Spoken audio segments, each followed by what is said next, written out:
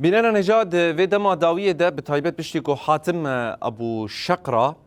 لجم دسلات شامی بو فرماندارک جروجاوای کردستان باکور و روجلات سوری نرازیبون تون دردکevin جبر چه اف بریار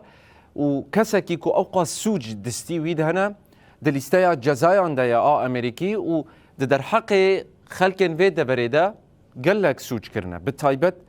کشتنا سیاستمدارا کرد هبرین خلف و آجوکاری وید سال 2019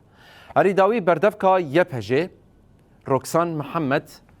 نویسک در حق اوه که ده بلاف کرد و گوت ام ارکدار کرنا حاتم ابو شقرا جهیل وزارت پاراستنی دسلات شامه و شرمزار دکن روکسان محمد دبیجه کو دست وی کسی ده گلک سوجان ده هیه کشتنه به تایبەت لدجی جنان لدجی ایزدیان و به تایبەت دستی وی ده کشتنه سیاستمدارا کرد هبرین خلف و آجوکاری ویده هیه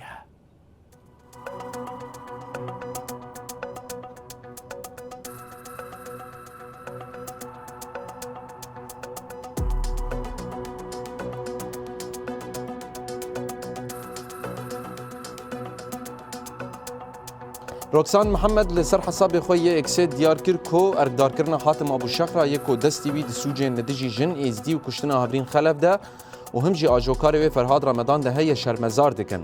بردفت آیه پجه دست نشان کر کو او به که قبول ناکن و تیواتیا رزگار کرنا بان کسان جزا کرنه و تندیا لدجی جن و گلن رسن کورتر دکه اروکی سروکا سروکتیا دستیا نابنتوی یا آزادیا اولان و لیکولینرا نابندا ویلسون امریکای نادین منزه اب یک شرمزار کر و گوت کو او ماتمای مایه به چاوا دسلات شامه کسی کی کجر وکی ابو شقرا دکه فرماندارک لگوروی اف کس کجر سیاستمدارا کرد هبرین خلف هر وها گلک جن و زاروک نیزدیجی به دستی وی هاتنه کشتن و رواندن